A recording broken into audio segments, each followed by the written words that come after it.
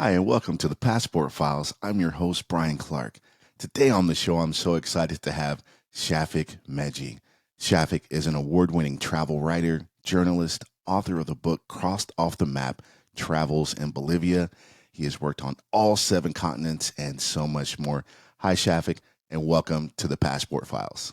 Hi, Brian. It's great to be chatting to you. Thanks for having me on. It is such an honor to have someone with so much experience traveling, writing. If you can just tell the audience exactly who you are.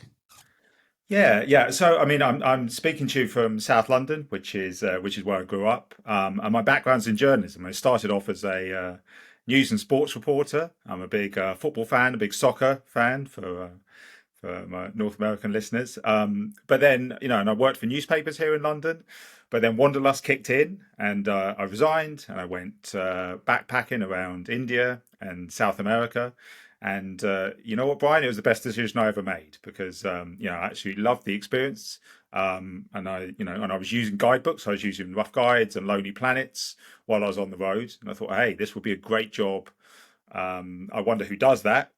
Could I do it? And to cut a very long story short, when I got back to the UK, I managed to, after a lot of trying and a lot of making a nuisance of myself, I managed to get my foot in the door with Rough Guides, and and that was my break into travel writing, and that was, God, about 15 years ago. But it doesn't feel that long. So 15 years ago, you decide to just leave a wonderful job, a dream career for most. So what inspired you to do that? Well, I think I was very lucky in that my sister and I were, we had a love of travel instilled in us from a young age from my mum and dad, and so we would, have holidays here in the UK, would have holidays in Europe, and we just loved going away. I mean, and I think I also got fascinated by South America from a young age. Now, I don't have no family connections or anything to it, but I loved watching David Attenborough wildlife documentaries as a kid. I loved, finding out about places like the Amazon and Patagonia and Easter Island. I loved reading about ancient cultures such as the Inca. And, I'm a huge football fan. I'm a huge soccer fan. So, and South America, no one quite does the sport quite like they do. So that kind of, I was hooked on the continent long before I was able to visit it. And then, as you say, after I gave up this job and I've managed to visit for the first time, really I was hooked. I spent the best part of 6 months traveling around South America. I went to Rio for Carnival. I hiked the Inca Trail to Machu Picchu. I went to Patagonia. Had a great old time in Buenos Aires. And I spent an awful lot of time in Bolivia, which, scroll forward to today. I mean, it was that initial experience that inspired my book. So, it really was a life-changing trip. I mean, it meant I changed career. I ended up living in Buenos Aires for a year. Some years later, it became the focus of my career. So, yeah, it's definitely a travel success story. Now, before we continue, I know this is a travel podcast and we're focusing on travel, but you had mentioned that you are a football fan and you are in London. Now, I am a huge football fan. So I need to know before we continue, who is your team? Well, I'm see. I grew up near Crystal Palace, so Crystal Palace is my local team. That should be my team. But I watched John Barnes play when I was at a very young and impressionable age, and I fell in love with him, and I fell in love with Liverpool. So Liverpool is my team. You make these decisions as a child, and then the decision is made for life. So I do have a soft spot for Crystal Palace because they're my local club in South London growing up.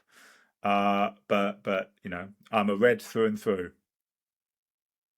Okay, that see, I'm a Tottenham Hotspur fan, so that's acceptable. We can accept. I mean, you did beat us in the Champions League, and that still hurts. but at least you didn't say, Arsenal or Chelsea. So we I can mean, continue with the podcast now. I was going to say that would have been the end of the conversation immediately. I mean, my grandfather was a Spurs fan, so I've got a lot of affection for Spurs. I mean, and I do see them. I try and pop along to see them every season or so. But yeah, it's good job neither of us support some of the more problematic teams that would have made this conversation more difficult. It would have been an awkward continuation if you would have said one of the teams that, we don't get along with. But, I have a great respect for Liverpool. Have you been to any of their games live Yes, at Anfield? yes, yeah. No, quite a few. Not this season, sadly, because I've been away a lot. But yeah, I try and get to see them kind of as much as I can. And as I mentioned, I started off as a sports reporter, as a football reporter. So there's nothing like live sport. And today I can go just as a fan, which is even better. So I don't have to write 800 words on the final whistle as I used to do. I can just enjoy the game. I bet, and that is amazing because people don't realize, writing about things, it kind of takes away sometimes, from just the pure joy and being in the moment of it. And, you have to think about, what I want to write about and what I want to talk about. So I definitely understand, just wanting to be a fan again. So that definitely adds to the enjoyment. Now let's discuss your newest book, Crossed Off the Map, and let's go into a little bit of detail about your inspiration for that and why you wrote it. You said you love South America, the football culture, the culture in general. So why Bolivia? Why Bolivia specifically? Yeah, so really the initial inspiration for the book was my very first visit to South America. I was in Brazil, I was in Rio for Carnival and I had a great time there. And then I wanted to go over to Peru to hike the Inca Trail. But I was just backpacking at the time. I didn't have a lot of money and needed a cost-effective way to get from one to the other. So that meant traveling overland. And I didn't really know much about Bolivia at that time at all. It was just a country I had to get through to get to the next step on my trip. But as soon as I crossed the border, I slowly became hooked. And I spent a couple of months kind of learning about the culture and learning about the amazing geography. I mean, most people think of it as an Andean country, but it's also got roughly a third of it is in the Amazon. It's got giant wetlands. It's got the world's largest salt flat, which is pretty much the size of Jamaica. It's got Lake Titicaca. It's got the world's most dangerous road. It's got the world's highest cities. All of these kind of extreme kind of places. So I had an absolute ball traveling to these places and also learning really about the culture. So I really wanted to find out more. When I got home and I looked for books that would kind of give me a bit more of an insight. And I realized there hadn't actually been a travel book other than a guidebook written to the country for ages, really. So as to a journalist, to a travel writer, that feels like a too tempting gap in the market. So I subsequently, after changing my career, I became a travel writer. I started authoring guidebooks, and one of them was the Rough Guide to Bolivia, and that gave me a great excuse to travel throughout the country, to go to almost every region and to go back repeatedly over about 10 years. And that was. There was serendipity involved there because it was an incredibly dramatic time in the country from a political and economic and social point of view. There's great changes going on. And that really all fed into Crossed Off the Map, which kind of explores Bolivia's Bolivia's tumultuous history. It looks at how this country that, many people, say in the US and the UK, wouldn't be able to place on a map, but actually has an outside influence on the world that we live in today.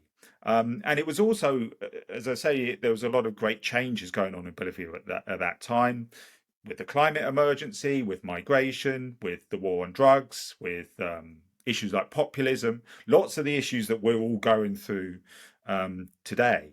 And I thought, actually, Bolivia is living through a lot of these issues, and it actually has a lot of lessons, a lot of messages for all of us for the years ahead. Um, Plus, it's great writing about the world's richest silver mine and the world's most biodiverse national park and journeying down the world's most dangerous road. It's a country that really lends itself to exploration, and it was a pleasure to write, and I think hopefully that enthusiasm and my love for the country comes across in my book.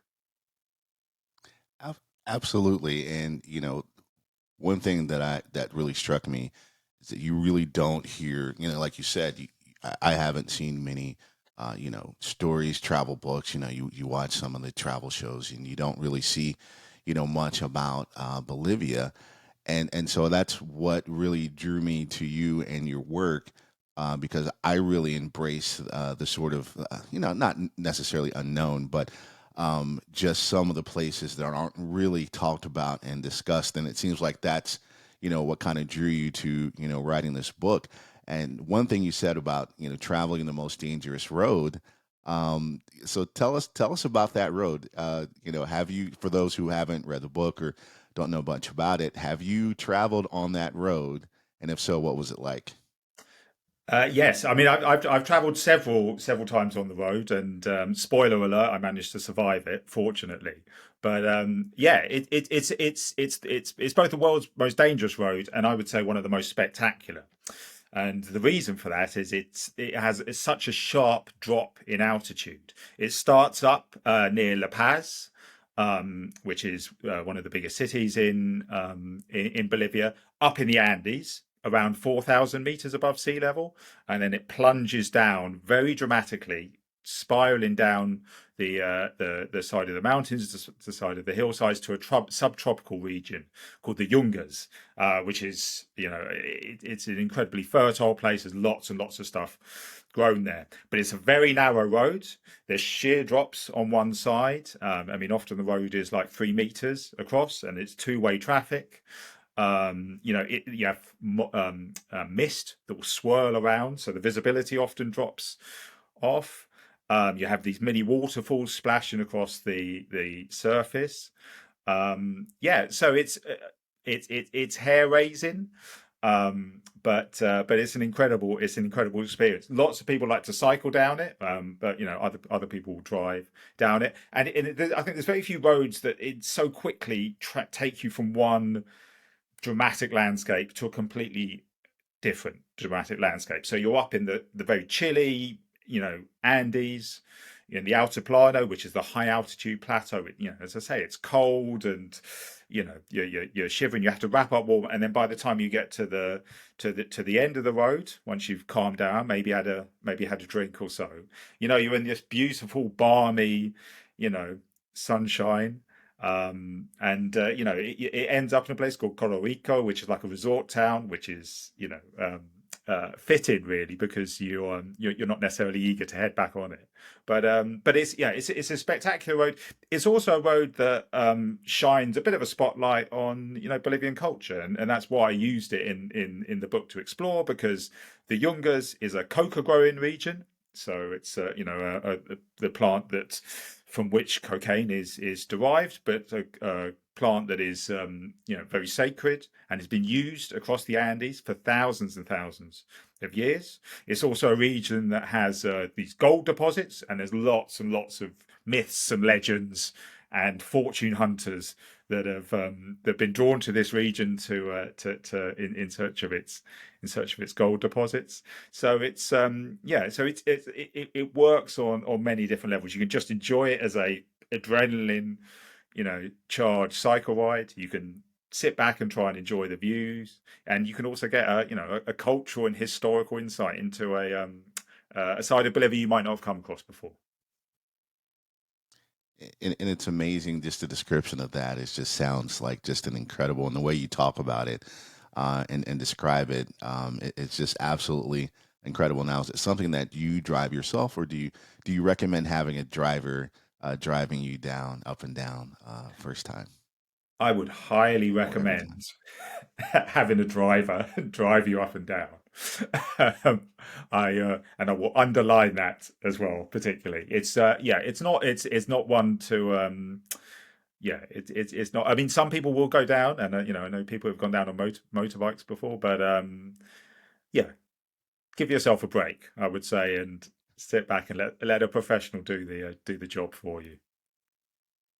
And sit back and enjoy the view. Don't try to drive yourself. So for everyone listening, don't try this at home. So let's dive a little bit more into Bolivia. Talk a little bit more about the culture and the people. Did you really have an opportunity to kind of like get to know the people and the culture, and what struck you the most? What's your biggest takeaway from your time in Bolivia? Yeah, absolutely. I mean, really, the Bolivia is, from a cultural point of view, is absolutely fascinating. It's incredibly diverse. There's lots and lots of languages, and unlike some other parts of South America, it has a very, very, strong indigenous, visible indigenous um, presence. And you hear indigenous languages being spoken like Aymara, like Quechua. Quechua was the language of the Incas, for example.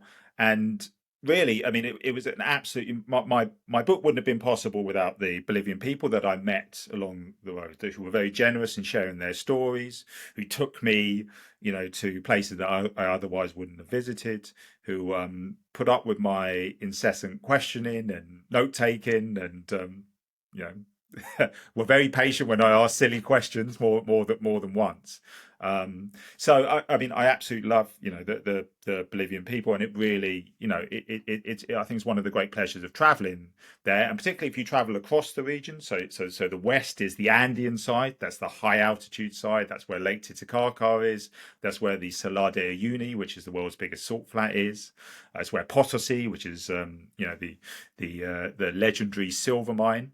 But the culture there is very different to the cultures that you encompass on the east towards the Bolivian border, sorry, the Brazilian border, which is like the tropical lowlands. So it looks completely different. There's a lot of shared culture across the border with Brazil, and again in the Amazon, which is in the north, you've got different cultures again. So it's a really rich experience.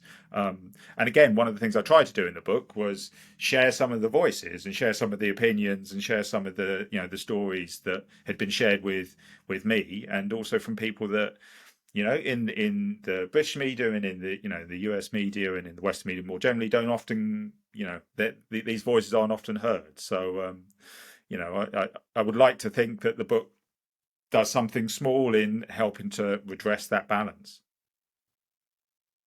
Yeah, and I believe that your book does that, and that's one thing I appreciate so much about that. So if someone were to travel, someone were to come up to you and say, "Hey, I want to spend a week in Bolivia," and I know it's absolutely not enough time, but us Americans don't take long 2 to 3 week or a month long holidays. For me, never been to Bolivia. I wanted to spend a week there, maybe 10 days. Where would you recommend I go and why? Well, the first bit of advice that I always offer for any of the countries that I specialize in, that I write about, is kind of generally less is more. Don't try and fit absolutely everything into a short trip. Try and have richer, deeper experiences and spend a little bit longer in each place. If you've got 10 days, if you're going to give me the little leeway of 10 days rather than a week, I would say We'll give you ten definitely days. the Solada Uni salt flats. So it's the world's biggest salt flat, and it feels like, for me, it's as close you can get to on Earth as getting in a spaceship and going to another planet. It's perfectly flat. It's surrounded, it's blindingly white. It's the whitest place I've ever been to in my life. It's surrounded by volcanoes and these islands of giant cacti. They're these bright green and red lakes that have been caused by mineral deposits. There's these huge flocks of flamingos. There's these rabbit-like creatures called vizcachas. It's a hallucinatory landscape. And really, it's one of the highlights of South America. I would say it's one of the natural highlights of the world. So yeah, I'd definitely say visit there. The other place if I have to pick out, it's like choosing your favorite child. If I have to pick out one of my favorite places from elsewhere, I would say go to somewhere completely different, which is Park National Medidi, and that's in the Amazon region of Bolivia. Roughly a third of Bolivia is in the Amazon basin. And Park National Medidi has a special claim to fame. It's the most biodiverse protected area on Earth. So you've got circa 9,000 different species there, uh, pink dolphins, anacondas, birds of paradise, tapirs, all manner of birds and insects and plants, and it's an incredible place to explore. And it's you visit you start from an old rubber trading town called Ruanabaque, and you take a boat along the river into the park. Yeah, and you can go on these jungle hikes, and you can really immerse yourself in really an incredibly special place. It's also a place where tourism can have a positive impact because, like all of the Amazon, there are threats to it from deforestation and from agribusiness and so on. But in Medidi, there's lots of really positive, responsible, sustainable tourism options, lots of them run by indigenous communities. So if you go there, apart from having, and I think as I can near as say guarantee you'll have an amazing experience there, you'll also be helping to protect and preserve, one of the most important ecosystems on Earth. And I love that, and that's beautiful, and that's incredible. And you mentioned, responsible tourism. It's really important in this day and age when you have so many people traveling. You see, places like Italy that are overrun and damaged to certain ecosystems because of over tourism. And I think that's an important message that you discuss and talk about frequently. So, Bolivia. It's an incredibly beautiful place, diverse. Why do you think so many people don't talk about it? Why is it that it's not one of the, because the way you describe it, it sounds like the most incredible paradise in the world, but yet it's largely ignored by most of the people that in the travel boat that ride. Why do you feel? Why do you think that that Bolivia is not discussed as much as like Brazil, Argentina, Chile? I mean, I think actually what you've just said there is part of the answer. I think is right in the center of South America, and it's surrounded by much bigger, much better known neighbors. Obviously, Brazil and Argentina, but also Chile as well, and Peru, all of which I should say are incredible places to visit, and that I have a lot of affection for as well. So I think those, I mean, I think they will often overshadow it in the eyes of international tourists and indeed tourists from South America. Um, and I think the other reason is getting there takes a bit more takes a bit more time. There are fewer flights. Certainly direct flights from North America and from Europe.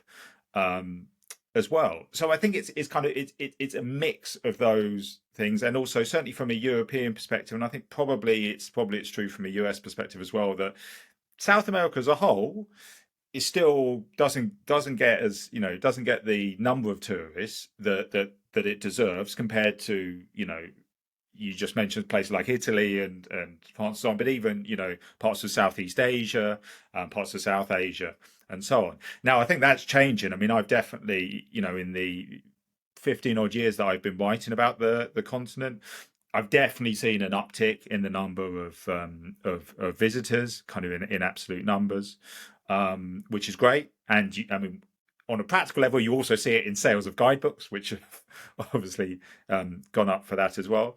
I think the other thing is one of the most common things I'm asked about South America, almost anywhere in South America, from people is it dangerous? And people are a bit concerned. And the thing is, I say if you go, do you take the same precautions in any of the big cities that you would take in the same cities in Europe or in North America? Many of which have a significantly higher, crime rate, for example, than lots of parts of South America. So there aren't, with some exceptions, which are well known. Lots of it can be it's a safe place to visit, and certainly a no more dangerous place to visit than lots of other places that are considered, quote unquote safe destinations.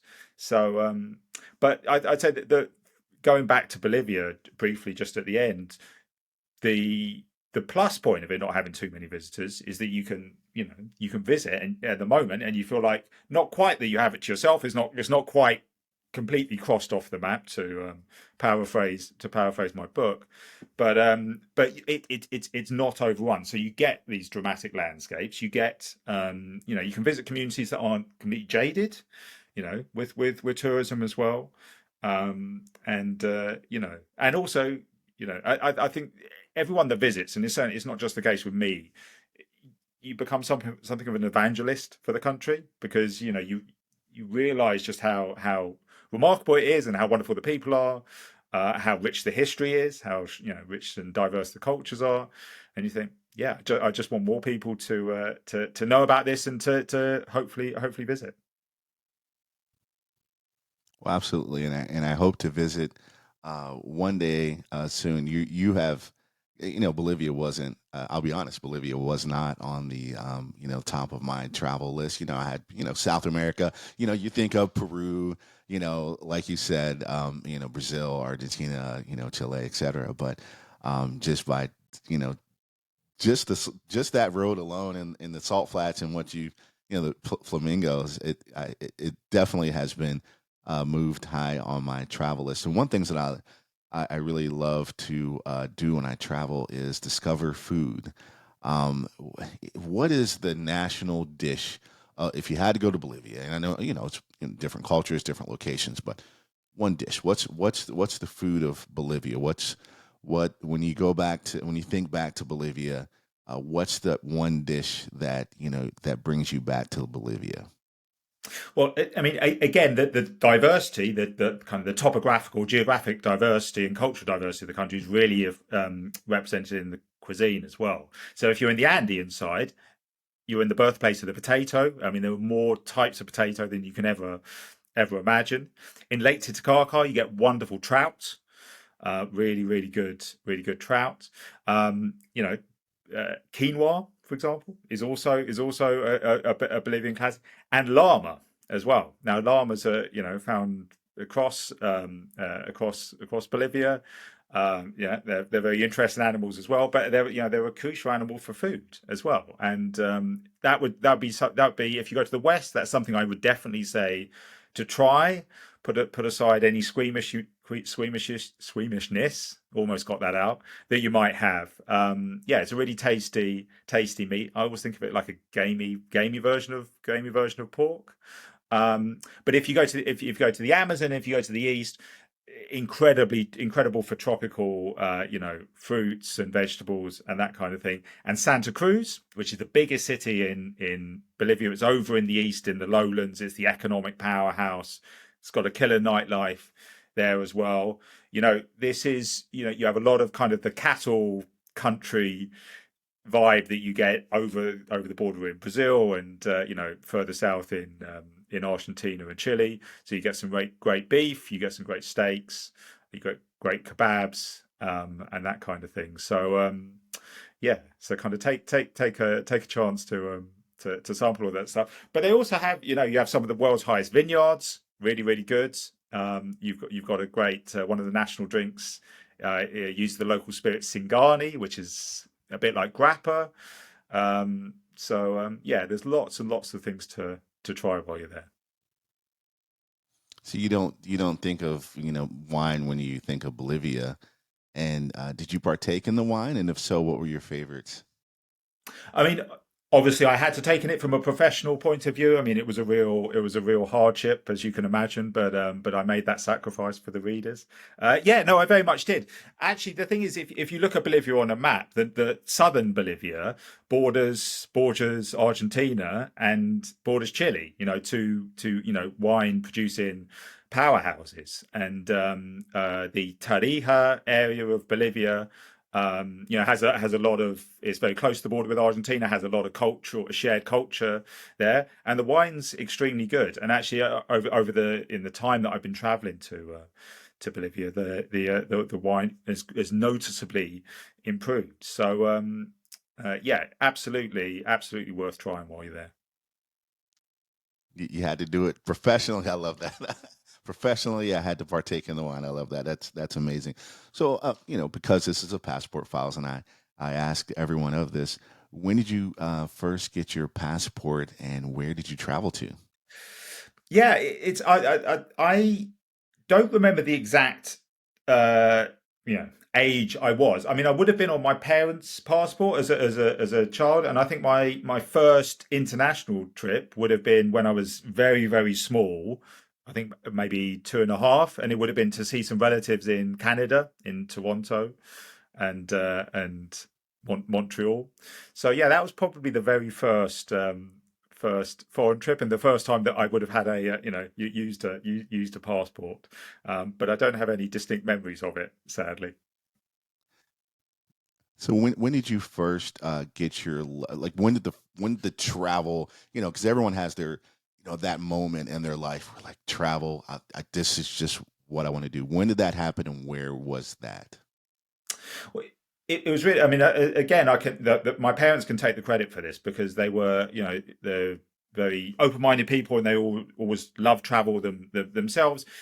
And also, they kind of instilled in me that you didn't have to have lots of money to travel. You don't necessarily have to have go to exotic places, because you can have holidays and interesting experiences in closer to home.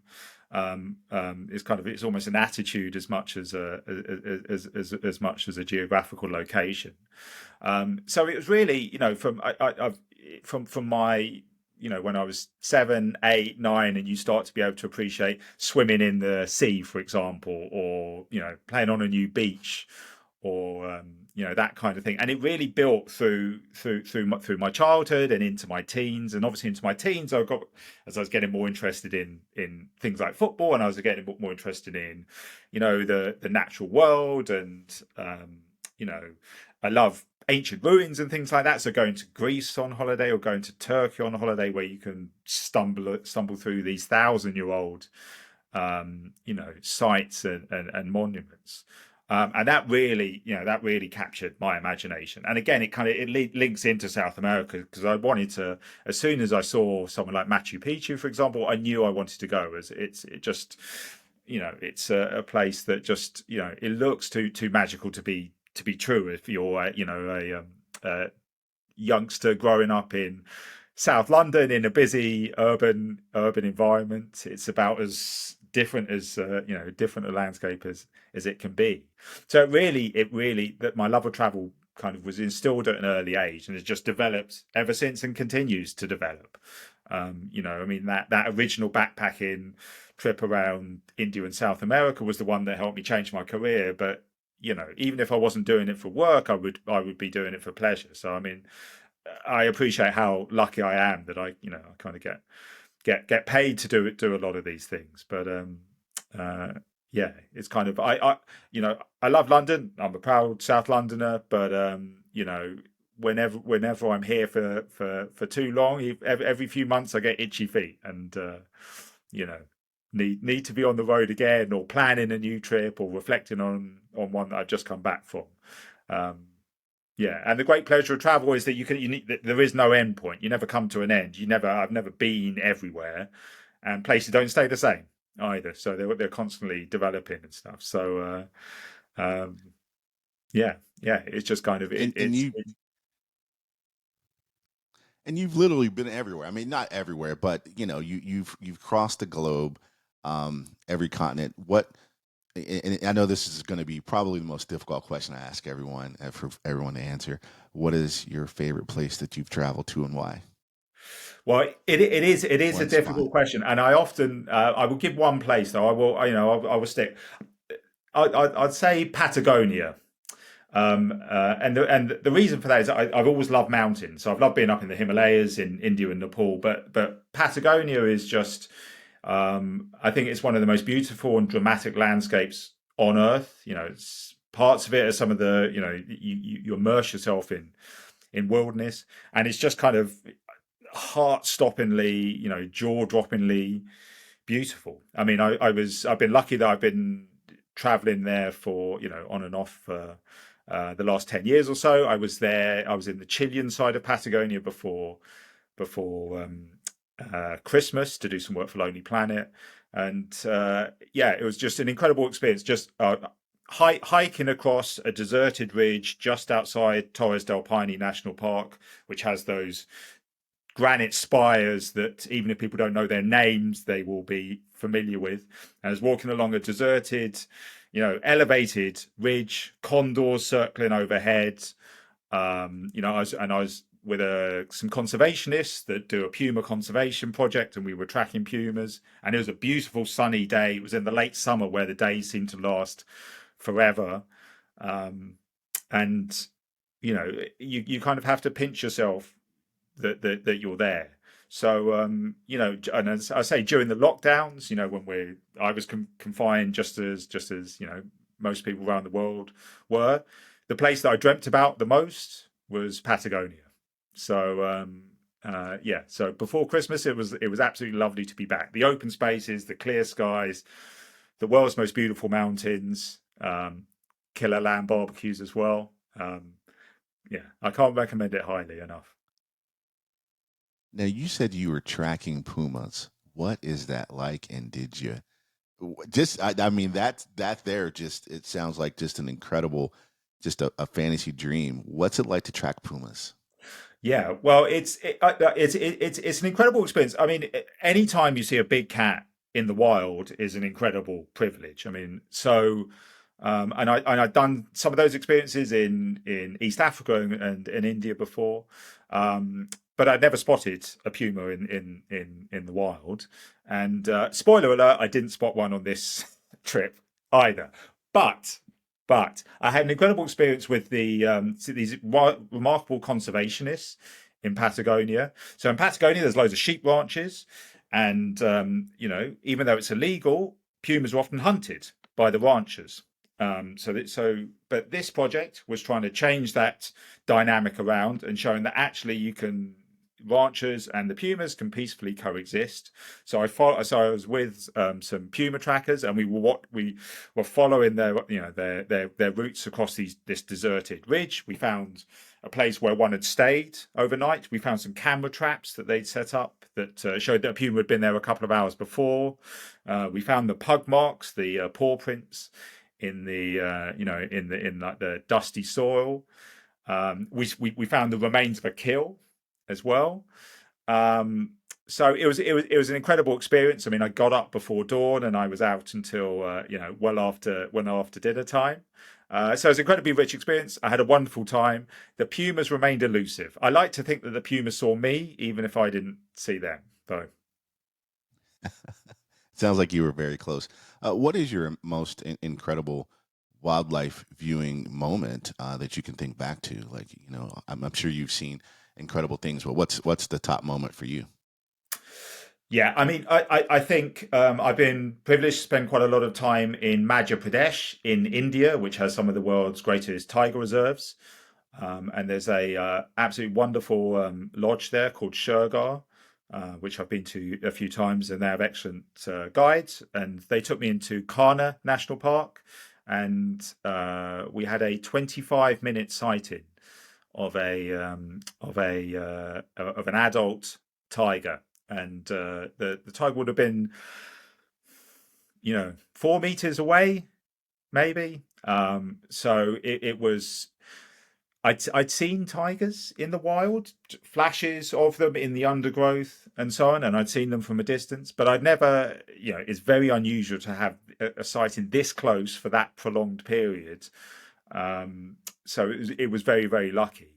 And occasionally you catch the tiger's eye, and that's quite an unsettling experience, really. There's the power dynamic that you might normally feel with wildlife is very much shifted in that moment. And they're beautiful creatures.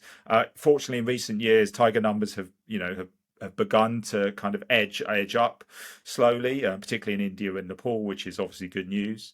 But that experience will live long in my memory. Now, were you like walking? Were you in a truck? Was there someone, there to protect you?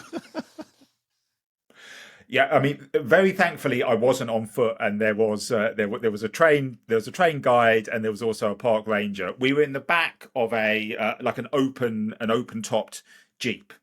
So, but tigers can jump.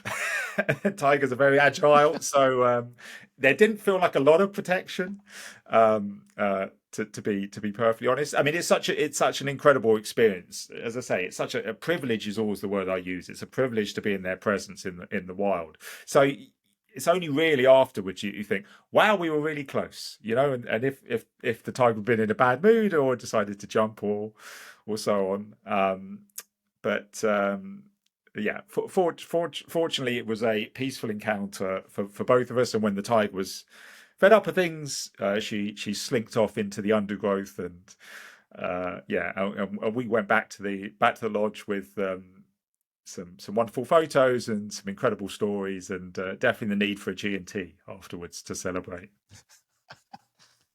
Spoiler alert, you made it out alive. That is that would be, you mentioned like the power dynamic, because typically, humans, when you go into the wild, you're the dominant, apex predator, and then when you face to face, you see how, you know little protection and small we are in comparison to such an amazing tiger. And I think that moment right there, it would just be absolutely incredible. I couldn't imagine doing that. But those types of stories really are what make travel so special. Those moments in time where you see your vulnerability, and you're just, how small you are in comparison to the mighty, wilds of the world, and the different animals, et cetera, et cetera. Have you ever seen an what I know there's a tiger. Have you ever seen like an elephant, hippo? Have you ever been in a situation like that where you felt that you're in danger?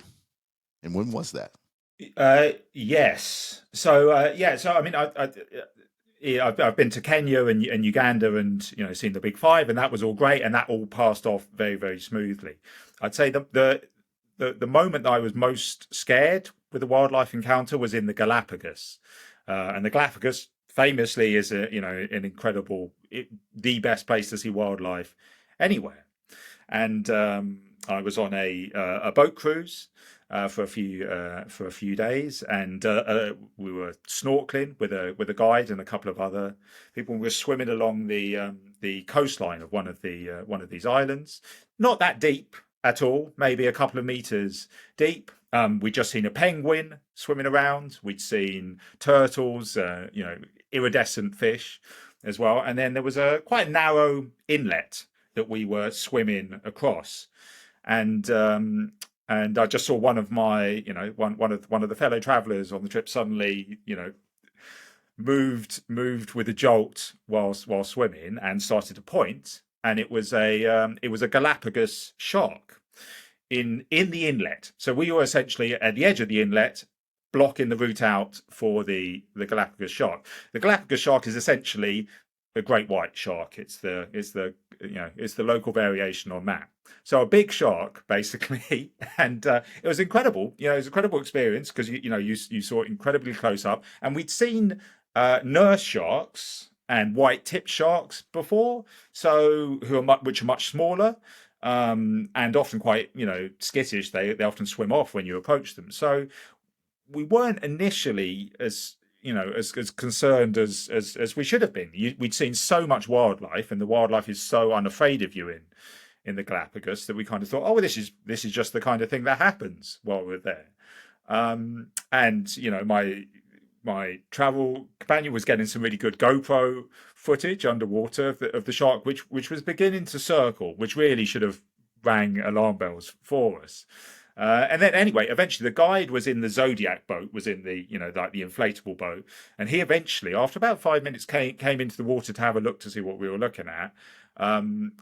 And when the guide gets a bit scared, then you know that this is a serious situation. So he kind of, as soon as he sees the shark, he grabs us, starts gestures dramatically that we need to get out of the water. And I think at that point we both, reality sat in, we started to panic, and I mean, very unceremoniously, very undignified, I think just dived straight into out of the water into the boat, desperately pulled our flippered feet out of the water lest they be snapped on by the shark. And obviously at that point your heart is absolutely racing. And then by the time we're back in the boat, we see the shark comes out of the inlet, and swims off, and we were left Do you think to he was count, there? Do you count our think the blessings. shark was there for you?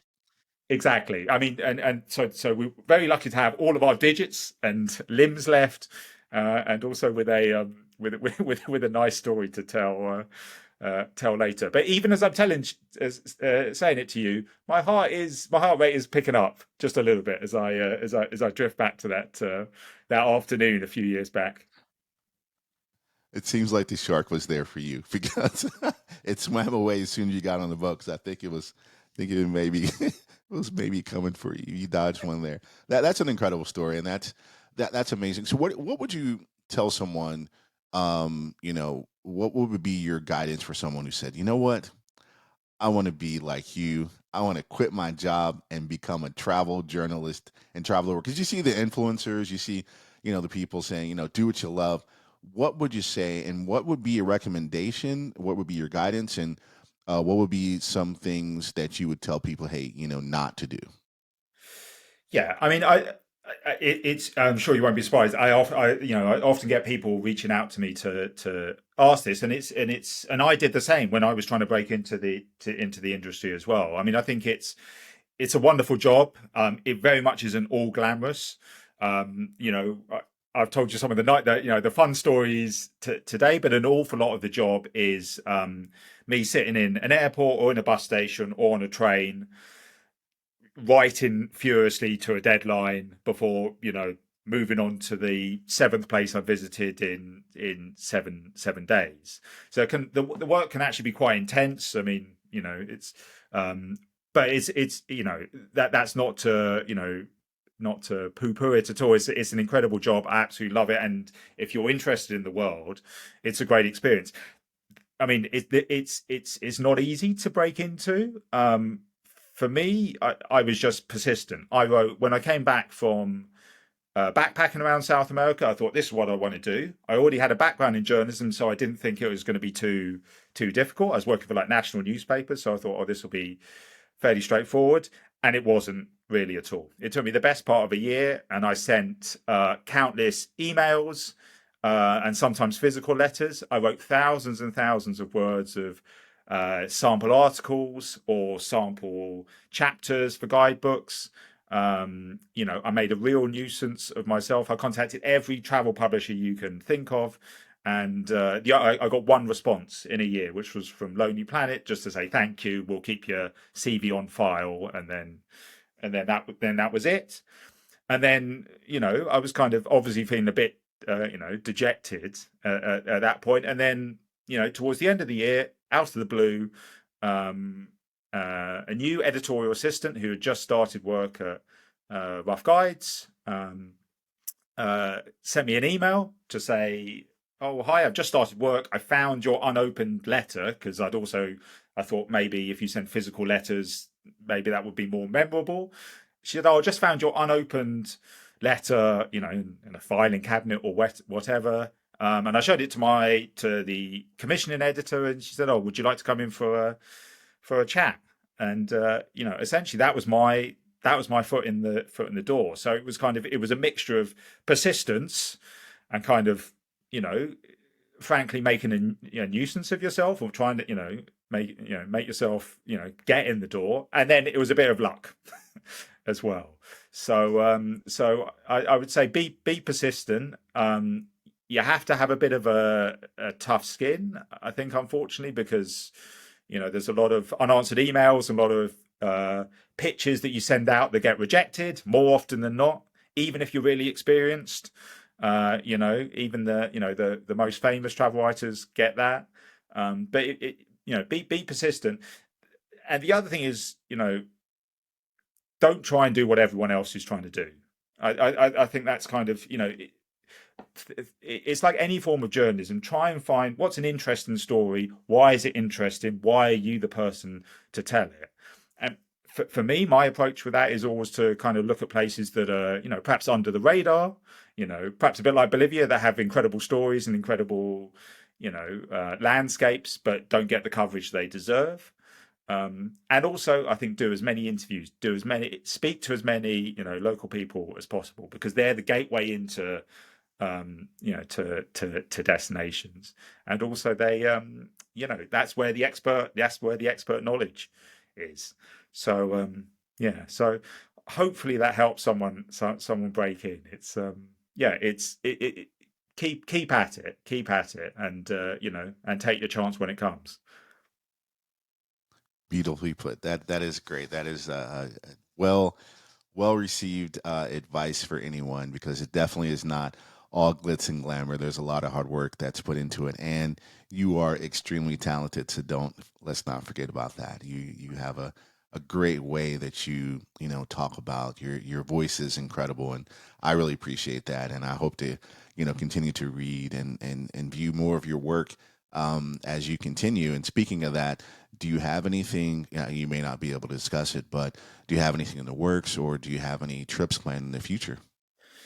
Yeah, so I've got another book project that I can't really talk about much at the moment, but it'll be South America focused, and it'll kind of explore some of the themes I explored and crossed off the map on a wider scale. But yeah, no, I've got another. The next guidebook I've got coming out is The Lonely Planet to Chile, which we've pretty much the editing process is finished, so that'll be out soon. And I'm always working on new articles. So so the Puma tracking story that I told you about, I'm working on a piece on that at the moment. And yeah, plotting some trips for later in the year. So I want to get back to South America. I'm very keen to get to Guyana, which is somewhere I haven't been to before. So that's very high on my radar. So is Belize, and maybe Ecuador. So just a few of those, plus a holiday somewhere in Europe that I haven't decided as of yet. So we will work it Now, out. your I'm waiting for holidays, do you, inspiration do to you, strike. do you keep your holidays separate? Like, do you work? And I know it's hard because me, I create content. I try to take photos and write about.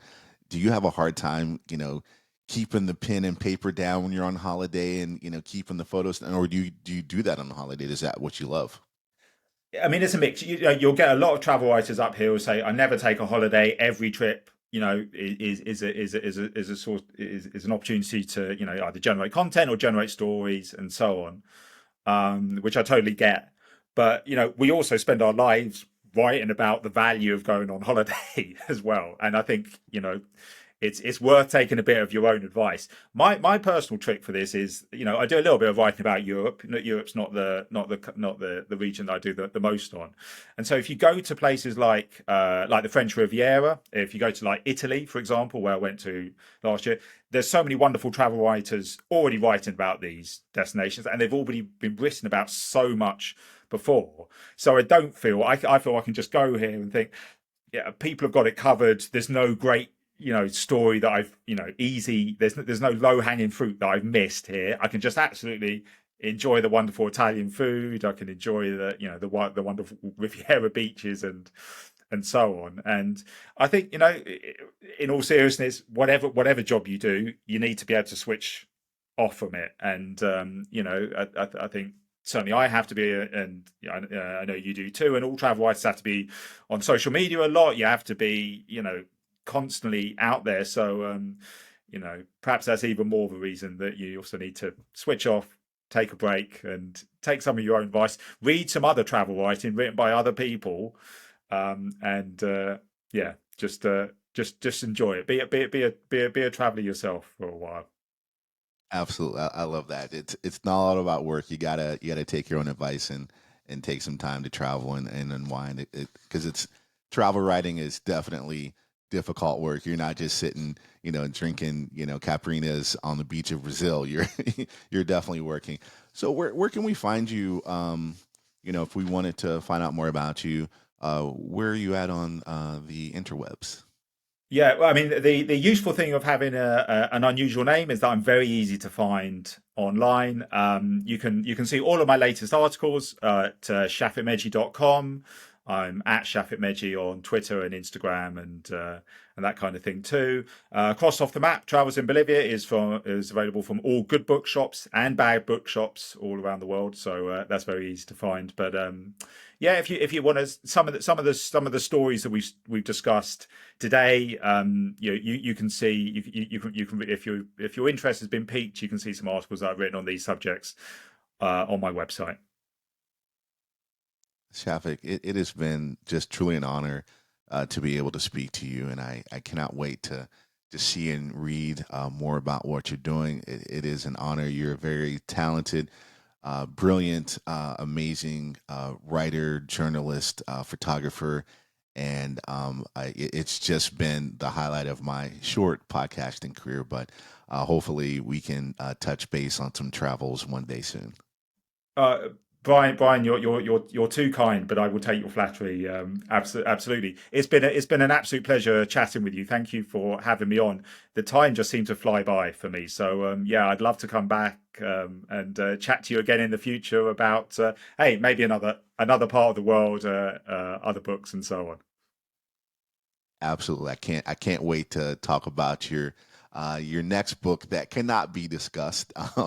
But it'll be wonderful to dive deeper into that. So thank you again. I really appreciate you taking the time. And you can find the Passport Files podcast on Apple, Spotify, YouTube, and everywhere you listen to your podcast. Please make sure to like, subscribe, review, and share with your friends.